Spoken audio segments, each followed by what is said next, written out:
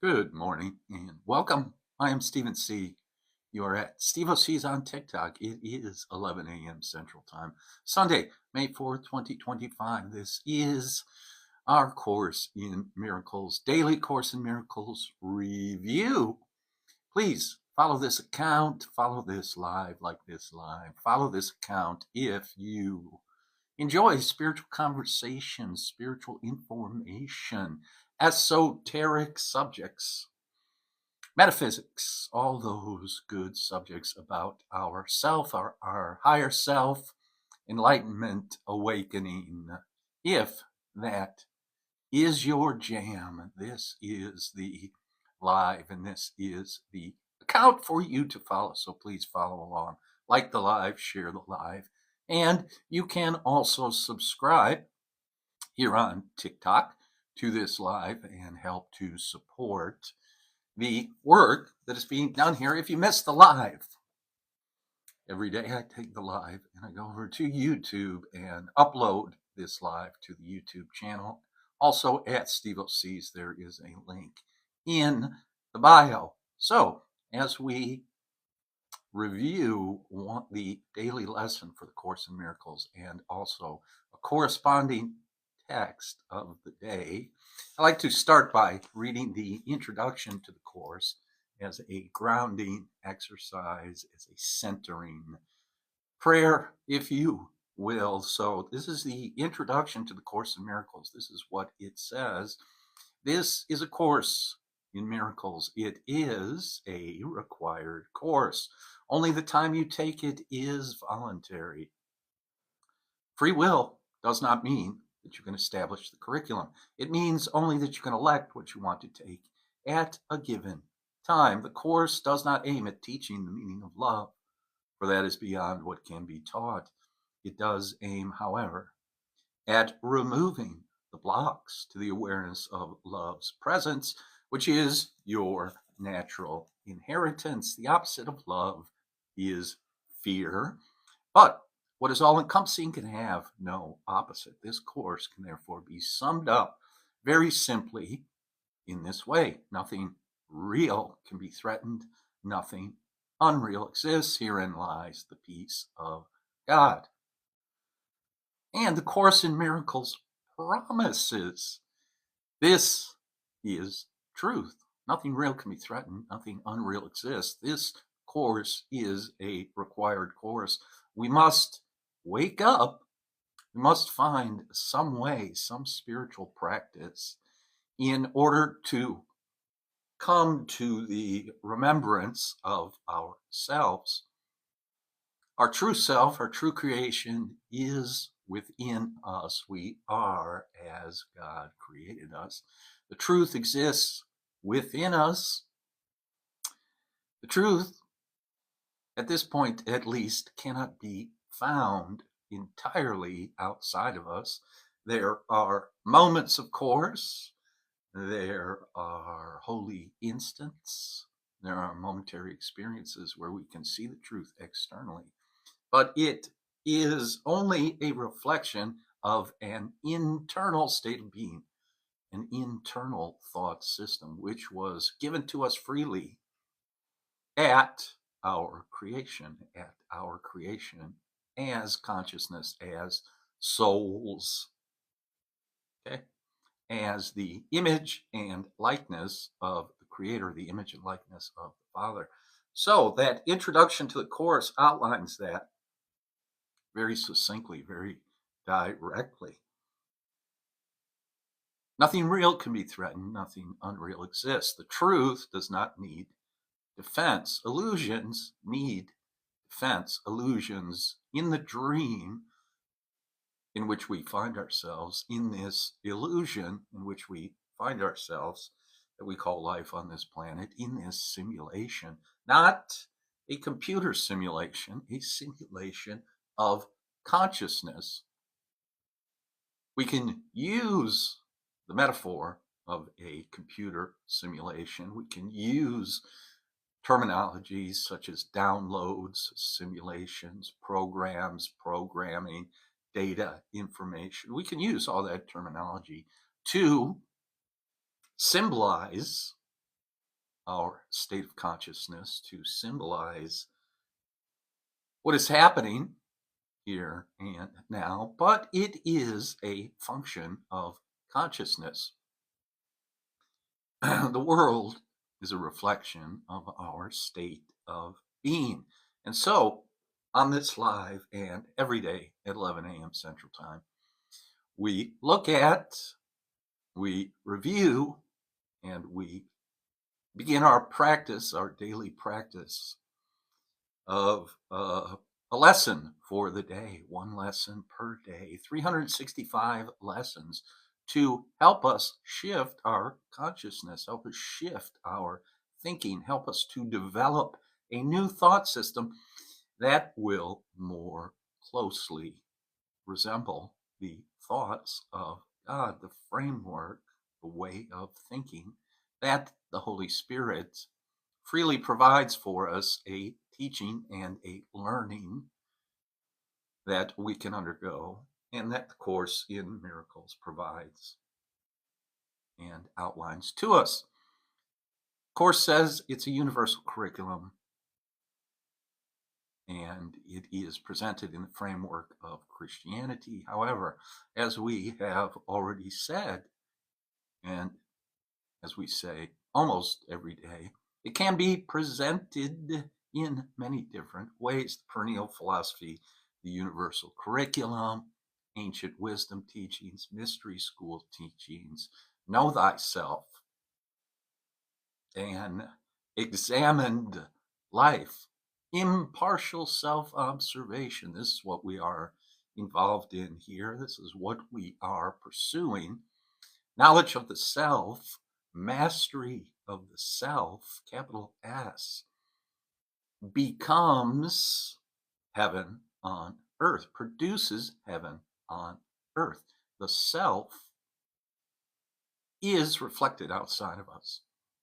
The self, the inner self, the truth of our being is reflected outside of us. And so the closer we come to the absolute truth, the more light we allow to be released in our inner consciousness, the more and more we create or produce heaven on earth. So let's take a look at the lesson for today.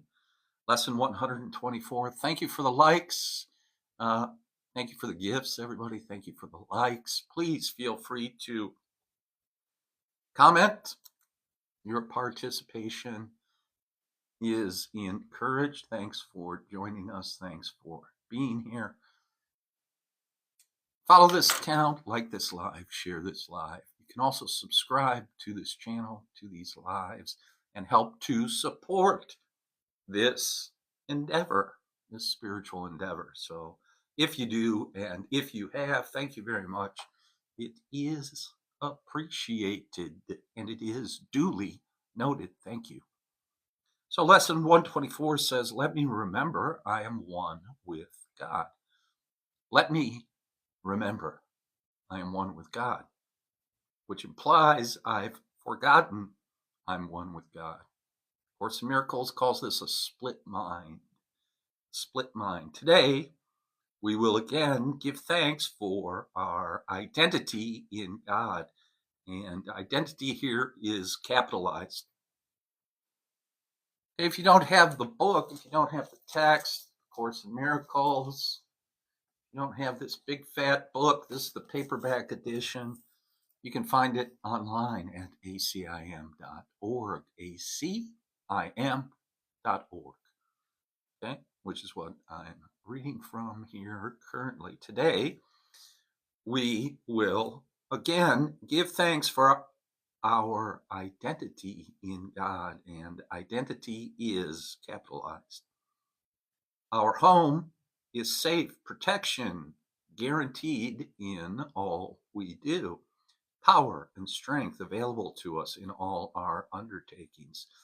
We can fail in nothing. If you, like me, have experienced failure in your life, physical failure, mental failure, failure in execution, okay, failure in action, then This is an interesting statement, is it not? We can fail in nothing. What is that state of mind like? What is that state of being like? We have to be curious. There has to be some curiosity there, some intention to find out, some willingness. Course in Miracles calls it. Am I willing to discover who and what I really am? We can fail in nothing. Everything we touch takes on a shining light that blesses and heals. At one with God and with the universe, we go our way rejoicing with the thought that God Himself goes everywhere with us. Let me remember that I am one with God. And my days and weeks and months and years may lose some of their negative connotations, may lose some of the drudgery, some of the negative outcomes that I seem to experience and seemed to have experienced as part of my life, right? Our home is safe, protection is guaranteed, power and strength are available to us in all our undertakings. We can fail in nothing. Sounds good. Sign me up. Thank you for the likes there. Who has joined us? Is that Tom? Yeah, it's Tom. Hi, Tom. Good morning. Good to see you. We were just talking about, Tom, that we are one with God and we can fail in nothing. Our home is safe. Protection is guaranteed. Everything we touch takes on a shining light that blesses and heals. Wow. How holy are our minds. And everything we see reflects the holiness within the mind at one with God and with itself. So again, a unified consciousness, a fading away of the thought or the idea of duality, the thought or the idea of good and evil, beyond good and evil, if I can lift a phrase from Nietzsche, although he was kind of talking a little bit differently about it. Nietzsche was talking about personal power and will over other people and things, but beyond good and evil, beyond the dual, to a non-dual consciousness, a mind at one with God and with itself. No conflict within my own mind, no contradiction within my own mind, no anxiety, no frustration, just a free-flowing, peaceful, loving energy, right? We have to work at it.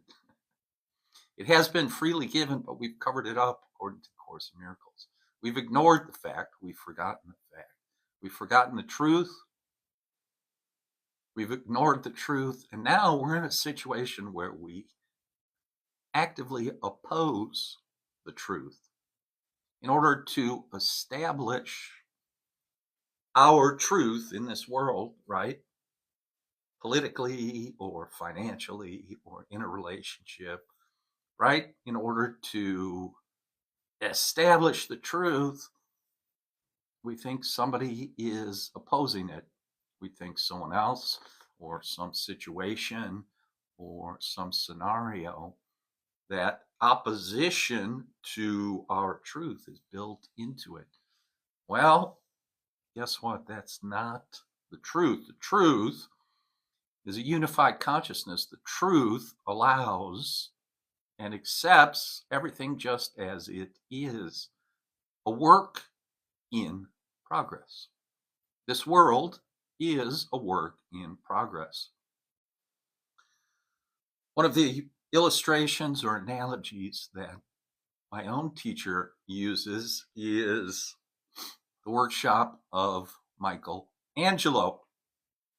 You can imagine that while he's carving David or Pieta or any of those beautiful marble sculptures, imagine what his workshop looks like, and also imagine what the sculpture looks like when he's in the middle of it. Tools everywhere, dust everywhere, grinders, chisels, hammers, wood, right? The workshop is a mess, but look what's being created. The statue of David, look what's being created, Pieta. If you've ever seen either of those, which I was fortunate enough to see, quite amazing that the human body that folds in fabric, in the Pieta in particular,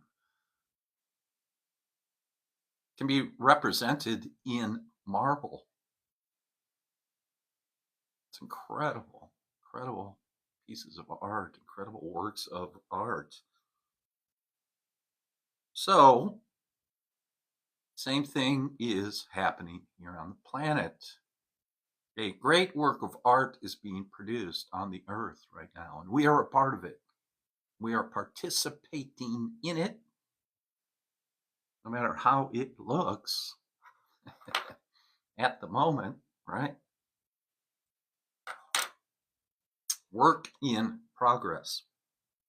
Everything we see reflects the holiness within the mind at one with God and with itself. How easily do errors disappear and death give place to everlasting life? Our shining footprints point the way to truth, for God is our companion, capital C, as we walk the world a little while. And those who come to follow us will recognize the way, because the light we carry stays behind, yet still remains with us as we walk on. What we receive is our eternal gift to those who follow after, and to those who went before or stayed with us a while. Who stayed with us a while? Concept of the bodhisattva, right? Who the bodhisattva achieves enlightenment and yet sticks around to help the rest of us get there. Bodhisattva leaves no one behind, right?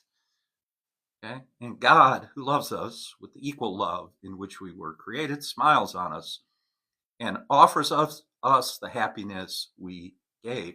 The miracle is for us first. Then, once we understand, once we are in the flow, once we are in the swing of things with our joy, our happiness, our love, right? Once we're in the swing, once we're in the flow, we extend it. Everywhere we go, we bring it with us. And so, it says here, the equal love in which we were created, God smiles on us and offers us the happiness we gave as we offer the happiness we have received. So giving and receiving are one, as the Course says.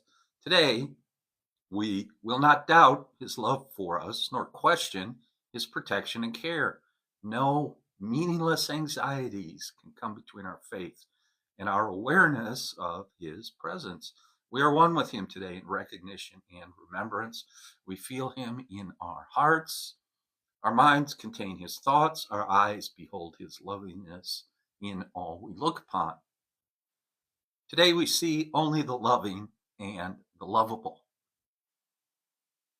Now the ego, right, the split mind, the ego mind goes, well, what you're looking upon right now is not loving, is not lovable, whatever it may be. That's what the ego tells us. Oh, that's not loving, that's not lovable, right? The split mind and the exercise, the reason we do the exercises in the workbook, the reason we study the text is to inculcate, to plant seeds deeper and deeper and deeper, which will come to life, which will produce fruit, thought seeds, which will produce fruit, you shall know them by their fruits. You shall know them by their thoughts. You shall know them by what comes out of their mouth.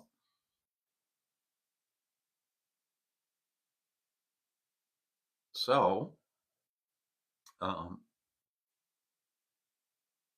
in contradiction to that, the ego says, oh, that's not true. That's not loving. That's not lovable. So we have to train ourselves. We have to discipline ourselves. And we have to be determined to look past what the ego is pointing out, what the ego mind is pointing out. Judgments, criticisms, right? Failures, that finger pointing outside of ourselves. That's where the problem is, right? That is an incorrect, a false, an idol filled thought system, a false thought system of lies, of hallucinations, of insanity, as the Course says. Okay, so we want to look past that, ignore the ego, call on the Holy Spirit, and ask the Holy Spirit to show us the truth, to help us think loving thoughts, to help us forgive what we're seeing, what we're encountering, help us forgive it.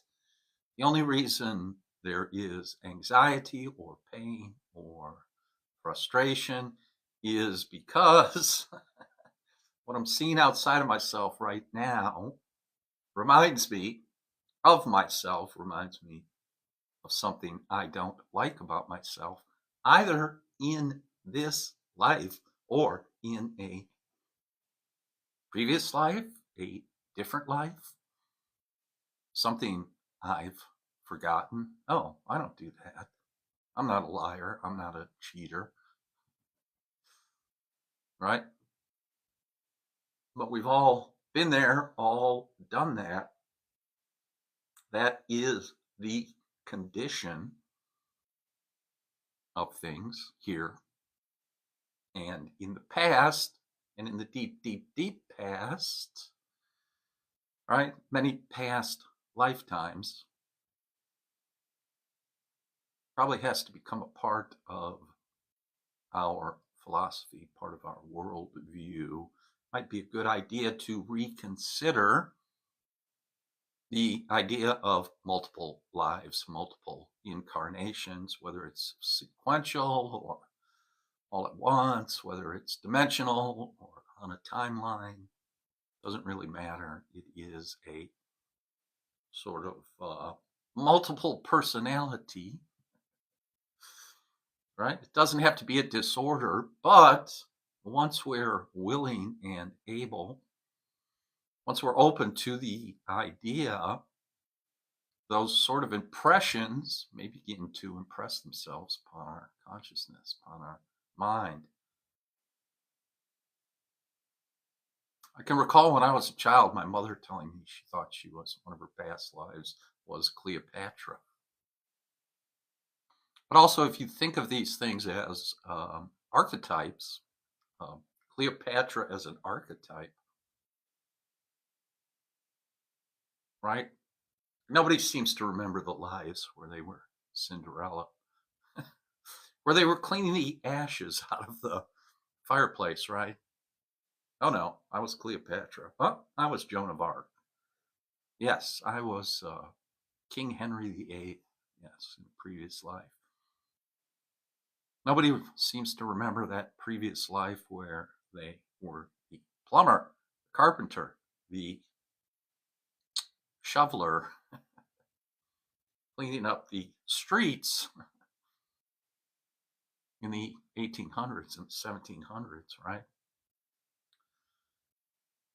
Those lives, too, those experiences are important to the soul, are important to the universal consciousness who wants to experience all things, all aspects of creation. It's all acceptable. It's all grist for the mill, as Ram Dass says. Okay, today we see only the loving and the lovable. We see it in appearances of pain, and pain gives way to peace. This is the looking past, right? Looking, not listening to the ego, going past the ego, transcending the ego. Ego doesn't have to be killed. Ego doesn't have to be confronted. The ego just has to be quietly passed by, right? And then once the ego is transcended, the ego mind, which we made separate from God, the Holy Spirit doesn't destroy it. The Holy Spirit then uses it, uses the ego as an instrument, as a communication device, as an instrument of the higher thought, the higher order. In Egypt, the initiate, right, then rides the ego, rides the hippo in the Nile. So you see the initiate in the temples in Egypt on top of the hippo being a symbol for the ego mind, the separate mind. Or you might see St. George with his foot on the head of a dragon. That ego energy, that reptilian energy, that energy of survival, that kundalini, that serpent energy, which is neither good nor bad, but thinking makes it so. But it is the energy which needs to be mastered, right? So my friend Conscious Warrior Training here on TikTok, Conscious Warrior Training, go check him out. He's got long hair, real long hair, and he says, here's something I learned from a master in the Himalayas. But he talks about Kundalini energy. He also talks about the Bible. But he's got it. He's got it. Conscious Warrior Training. He does lives. He does puts a lot of content up. Right, the Kundalini energy, the energy that rises up the spine, up to the pineal gland, then activates the pineal gland, activates the third eye, activates the mind or the brain, secretes the pineal gland then secretes what am I going to say? It's called the Christos, the chrism. It's a gland. Basically, there's a secretion, and then the brain becomes receptive to the higher light. Brain then becomes an instrument, which is where we started with the ego mind, and the brain becomes the instrument of the higher consciousness, the higher light. So it does have a physical expression. All this stuff we're talking about, all these things we're talking about, descend from the invisible or appear from the quantum field into the physical. And then, lo and behold, miracles are natural, as it says here.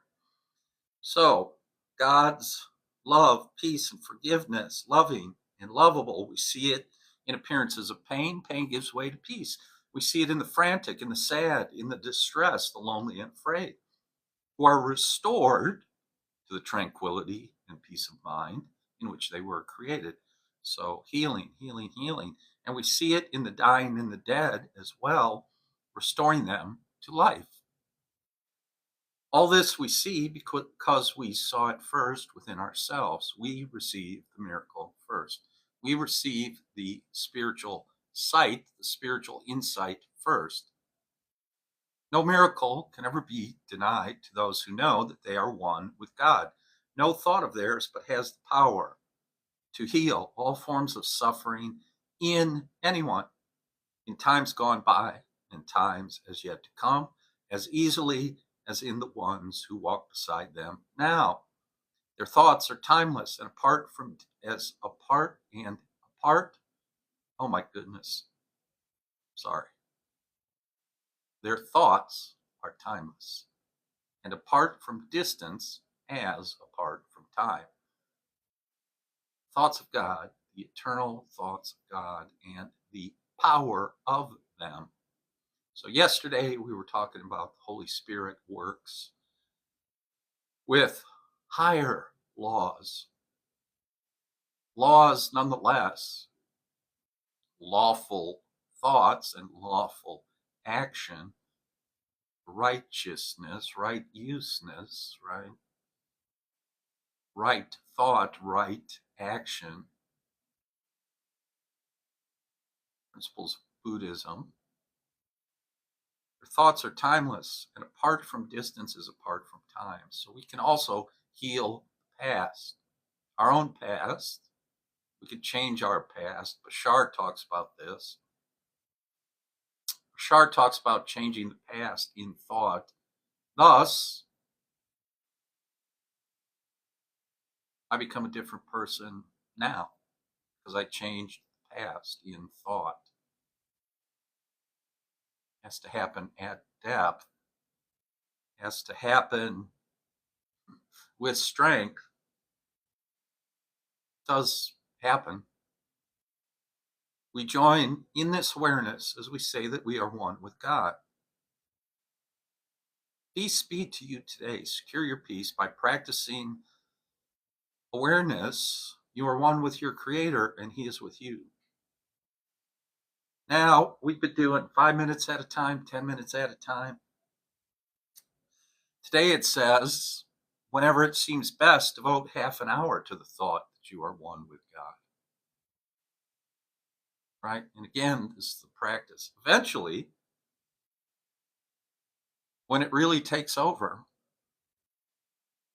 you will gladly stop for half an hour, or use half an hour, or use an hour just to sit and to commune with the Most High, because that hour, that half hour, that 30 minutes is not wasted. Things are accomplished without any effort, wu wei. Things just happen, synchronicities happen. We're actually interfering with ourselves. We're sabotaging ourselves all the time. We're sending ourselves off on wild goose chases. And really spending that half hour, that hour in the morning, that 90 minutes in the morning, sets up the whole day, and everything takes care of itself.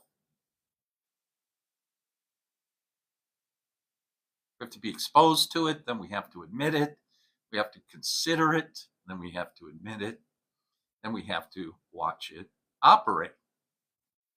Then we know when we've seen it operate, right? So I'm giving you this testimony because I've seen it operate. I'm here every morning going over this material because I know it works. It works if you work it, right? So does that stuff works if you work it. All spiritual programs work if you work it. My friend Conscious Warrior Training has a different spiritual program, but obviously it works. You can tell when you hear him talk. We trust God's voice, the Holy Spirit, to speak as she sees fit today. Certain she will not fail. Abide with her this half hour. She will do the rest. Understand that sitting in the silence is a dynamic activity. It is taking action. Sitting still and meditating is taking action. Not to the Western mind, of course, who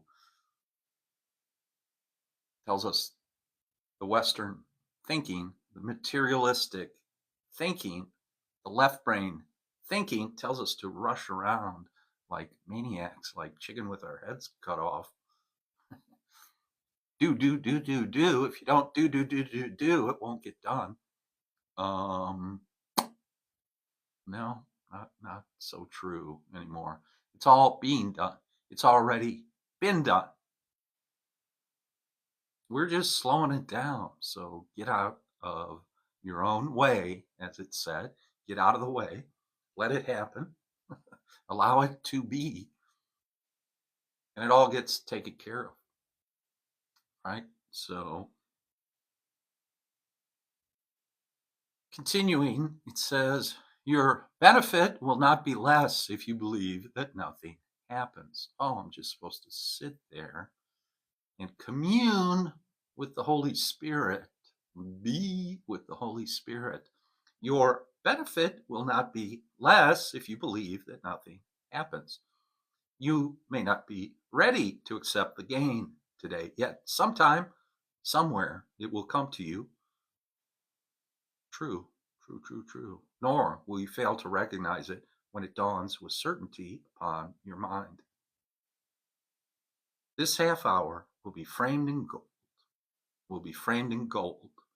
With every minute like a diamond set around the mirror that this exercise will offer you, and you will see Christ's face upon it in reflection of your own. Perhaps today, perhaps tomorrow, you will see your own transfiguration in the glass this holy half hour will hold out to you to look upon yourself.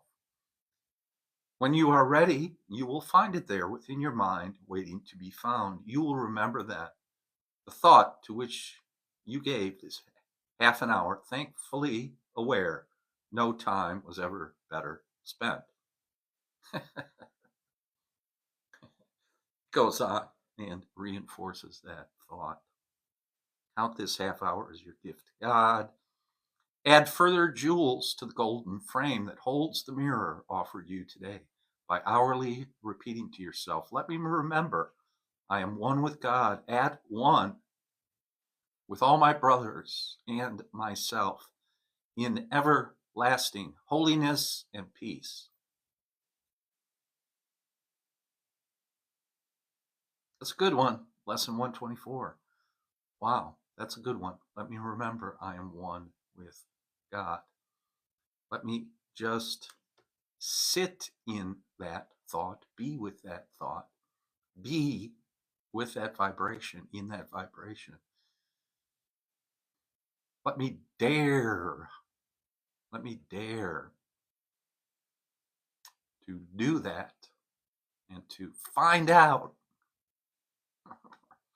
right? FAFO.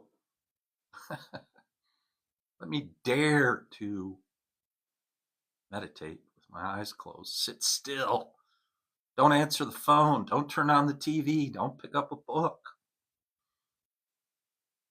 Focus on the breath. So we are going to take a look at the text now. New portion, new chapter, chapter 15. The holy instant. The holy instant. The eternal in time. This holy instant. The instant where everything changed. It says the two uses of time, section 1. Chapter 15, the holy instant, section 1, the two uses of time. So, will I use time to confuse myself, distract myself, lead myself astray? Or will I use time to heal, to remember who I am, to help my brothers remember my brothers and sisters who they are, right? Choose this day whom you will serve. Do not serve two masters. Now, listen to this. It gets better. Can you imagine what it means to have no cares, no worries, no anxieties, but merely to be perfectly calm and quiet all the time? Can you imagine what it means? That is what time is for, to learn just that and nothing more.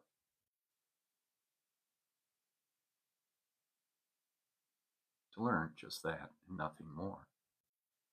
No cares, no worries, no anxieties, but to be perfectly calm and quiet all the time, knowing that everything is being taken care of. Nothing can go wrong. Nothing is going wrong. It is simply a misperception. It is my own misperception. It is my own brainwashing. It is my own mind conditioning with which I have convinced myself that something can go wrong and that something has gone wrong. In fact, nothing can go wrong. Nothing has gone wrong.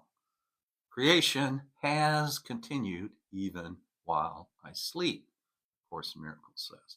Even while I dream a dream of death, a dream of confusion, a dream of chaos, even while I dream it, the party carries on without me. I'm just in a different room, passed out. The party is still going on in the other room, right? My father's house. My father has many mansions. My father's house has many rooms.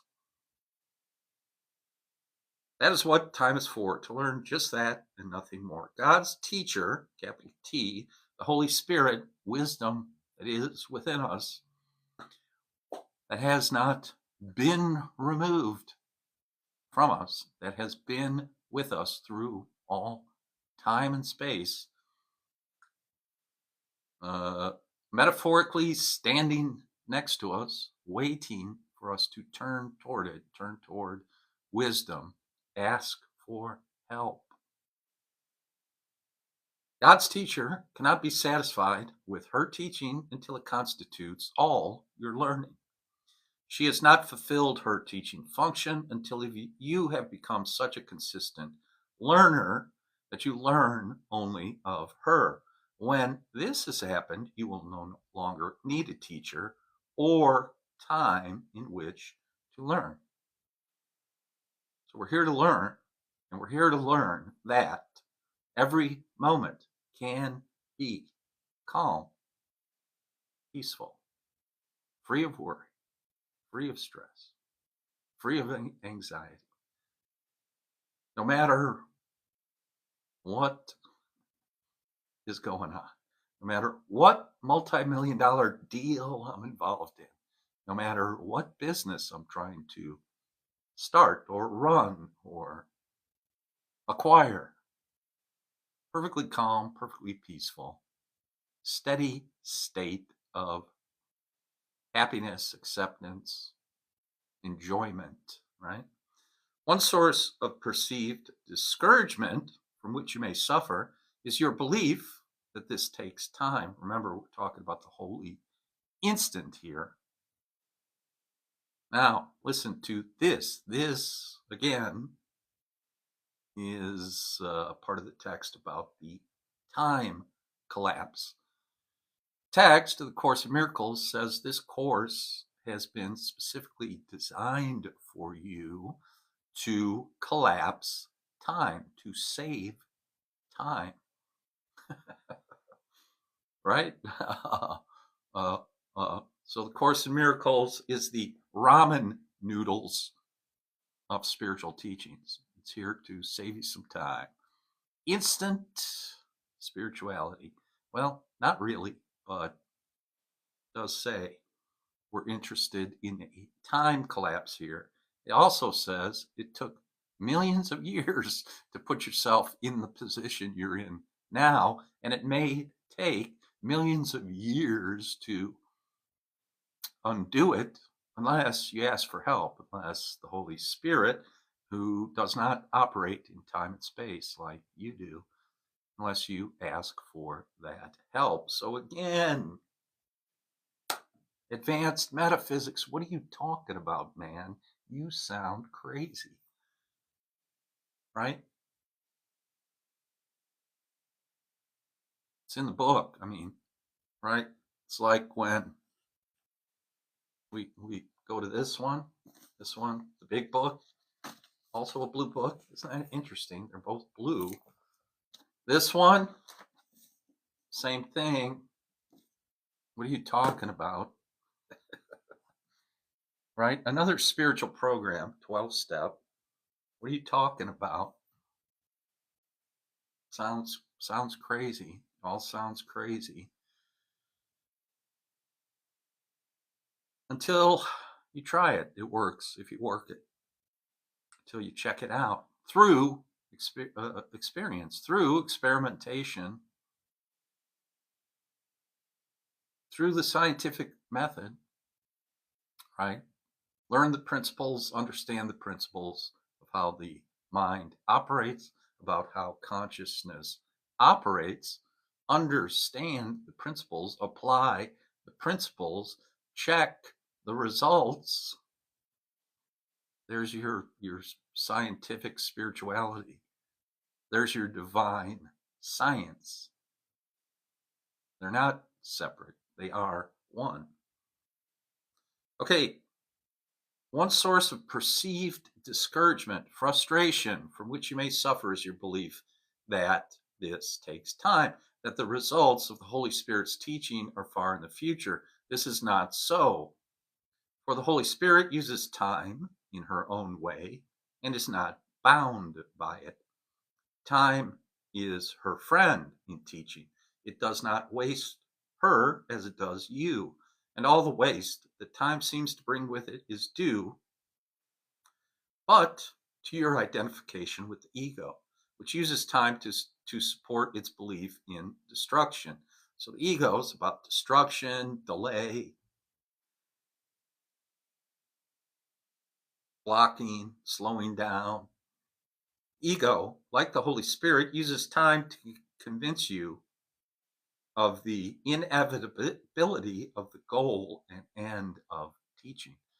Two different goals, two different methods, two different ends. The ego, the Holy Spirit. The ego, delay, right? Fundamental teaching of the ego is seek, but do not find.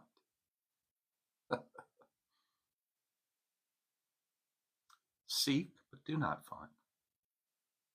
To the ego, the goal is death, which is its end. But to the Holy Spirit, the goal is life, which has no end.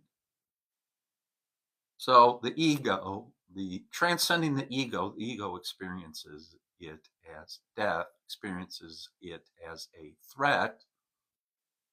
But it also says that the Holy Spirit does not destroy anything. The Holy Spirit takes everything we've made up, and uses it differently for a different purpose, for a different goal. So the Course says, what is it for? What is its purpose? Ask yourself that in everything. Why am I going to work? What is it for? To the ego, I'm going to work to grab some cash, to establish my dominance in the marketplace. That's what the ego's goal is. What's the Holy Spirit's goal for me going to work? The Holy Spirit only has one goal, no matter where I go, no matter what I do. So simplifies things, that's for sure. Ego is an ally of time, but not a friend, for it is as mistrustful of death as it is of life, and what it wants for you, it cannot tolerate. So this is the contradiction of the ego. Once we start to wake up a little bit, once we start to come to our senses, you can hear these contradictions all the time. And by the way, you don't have to point them out. You don't have to win that argument. But you can see them, you can hear them. then just realize that they're meaningless. They have no power. Then you don't have to argue. Then I don't have to prove a point. If I hear it, oh, that's a contradiction. 5 minutes ago, 5 weeks ago, 5 years ago, you said the exact opposite. Now you're saying this, right? Everyone wants to point out, whoever the president is, all their contradictions, all their lies, all, and on it goes, right? Hamsters on that hamster wheel, on it goes. He lied. He contradicted himself. He didn't say, he said this. He didn't do that. She said this. She didn't do that. You get caught up in it, but it's never ends. There's something else that never ends that's called everlasting joy, that's called eternity, that's called perfect love and light. Just another option. Just another option that's available. The ego wants you dead, but not itself. Kind of a contradiction there. The outcome of a strange religion must therefore be the conviction that it can pursue you beyond the grave, out of its unwillingness for you to find peace, even in death. It offers you immortality in hell. There you go, right? What religion tells us? The religion of the ego, as it just said. I'm going to kill you. You're. Oh, I can't say that on TikTok. Sorry, TikTok. You're DEA. You're DED, right? The ego is interested in DED. And then it's not even DED because you're going to suffer for eternity. What? Okay, so then it goes on to talk about this in the text here. The belief in hell is inescapable to those who identify with ego. The nightmares, fears are all associated with it. Ego teaches that hell is in the future, for that is what all its teaching is directed to. So I would suggest I'm not going to go through all of this. They might shut us. They might cut us off. It's talking about DED and this and that. And the idea is go to chapter 15, section 1, and read it. Read the description of how the ego thinks. So basically, the ego is never satisfied. Never satisfied. The ego mind of separation, the distorted interpretation of creation of the mind of God. The ego is ingenious and inventive, of Course in Miracles says, but highly contradictory. And so it just won't allow, it won't recognize, it won't allow me to recognize the contradictions inherent in its thought system. So ego, again, the lower chakras, the 7 deadly sins, the ego says, well, this is it. You only get one shot at it. Why not have some fun? And so it associates fun with the body, although the contradiction is that the fun you associate with the body ruins the body, ruins you, sends you to an early grave. So that's what it talks about here. How bleak and despairing is the ego's use of time. How terrifying. And it also makes the point that the past has and the future has to be the same. So the ego overlooks the present moment of now, the holy instant. The holy instant, this moment of now, is free of the past, free of the future. It's just a portal, an opening into eternity, this moment of now. So bring my attention to this moment of now. Focus on this moment of now. Focus on what's happening right here, right now. That's it, not thinking about the future, not what's happening right here, right now. That's it, not thinking about the future, not recalling the past. Past is associated with guilt. Guilt is associated with hell, punishment,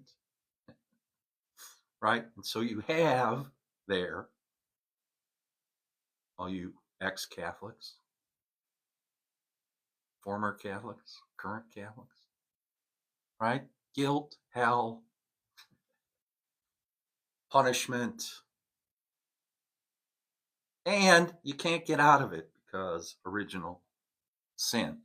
Because allegedly, two people, the mama and papa of all of us, allegedly made a mistake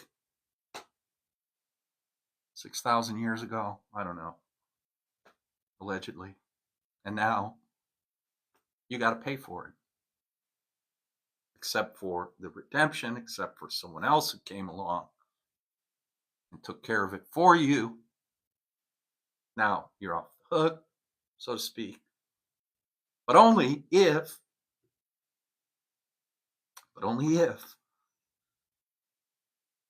okay, the Holy Spirit teaches thus: there is no hell. Hell is what the ego has made at the present. The Holy Spirit would undo all of this now. Fear is not of the present, but only of the past and future, which do not exist. What happened in the past, what I did wrong in the past, equals guilt, equals fear. And I think the same thing's going to happen in the future. So, right, psychologically, that's called catastrophizing now. Worst case scenario. Because based on the past, what else could happen? So, I want to change my mind. I misunderstood the past. I misinterpreted the past. I don't really know what the game is here. I don't really understand that this is a dream. This is a school. I'm supposed to be learning here, a higher order of learning, and the game. The trick is that everything I've been taught is to keep me in a box, keep me in a cage, keep me limited in the scope of my thinking, right? Everything is brainwashing. Everything is a lie. That's the game. That's the trick. History, what we've been told, very limited. Written by the victors, as they say. And it's pretty much all lies. That's not really what happened. That's not really what's happening. And so the mystery schools, the ancient wisdom, the ancient teachings, the perennial philosophy is to break out of that, reattach ourselves to a higher consciousness, which the higher memory, the Akashic records, the etheric records of the planet, of the people. Again, you can read Godfrey Ray King. You can read about Saint Germain. You can watch Christmas Carol. You can read Charles Dickens. Because what happens with Scrooge and the Ghost of Christmas Past? Ghost of Christmas Past takes Scrooge and shows him the scenes from his childhood. Takes him to the future, shows him the scenes from the future, and brings him back and says, well, what are you going to do now? I mean, Charles Dickens, there it is. That's what we're talking about today. This moment of now, the holy instant. free of the past, free of the future. Charles Dickens tapped into it, right? So what does Scrooge do? He changes himself immediately, in an instant. Overnight, he changes himself, and everyone starts going, who is this person? He's a new person, a new man. So the holy instant, the lesson takes no time. For what is time without past and a future? It has taken time to misguide you so completely, but it takes no time at all to be what you are. Begin to practice the Holy Spirit's use of time as a teaching aid to happiness and peace. So a new conception of time. Go check out Eckhart Tolle too. Go listen to what he's talking about on YouTube. Read his books. What does he mean too? Go listen to what he's talking about on YouTube. Read his books. What does he mean? From this holy instant wherein holiness was born again, you will go forth in time without fear and with no sense of change with time. So the holy instant brings us to this moment of now, which is changeless. Time is inconceivable without change, yet holiness does not change. So if it's always the same, this moment of now, this holy instant, if there's no change, if I am as God created me, if I remember that God is with me all the time, time is inconceivable. And so the Course says it's just then one holy instant that gets extended for eternity, and it is available now. So the last paragraph says, time is your friend if you leave it to the Holy Spirit to use. She needs but very little to restore God's whole power to you. Very little time. She who transcends time for you understands what time is for. Holiness lies not in time, but in eternity. There never was an instant in which God's Son could lose his purity, his sinlessness, his guiltlessness. His changeless state is beyond time, for his purity remains forever, beyond attack and without variability. So you can even say, it's even saying here, time is an attack. Time is right, vengeance. What I see is a form of vengeance, the Course in Miracles says. Because I've accepted time into my consciousness, into my mind. Time is change. Change is the fall from purity to impurity. Now we're on the upswing, we're on the way back up. But that fall, the memory of that fall, the memories, the traumas, all the problems, every single one of them. If you're at this point, if we're all here, if we're having this conversation, as my teacher says, and so if you're here, if we're having this conversation, if you're hearing this conversation, and of course you can see people come through here who don't hear it. If you're hearing it though, then you've been through all the other stuff. You've been there. You've done it. So now, back up to the top. Now, ascension. Now you're here to remember that. You're here on a special mission. You're here to recall the truth. You're here to probe the depths within yourself and then remember and share that memory with everyone and everything.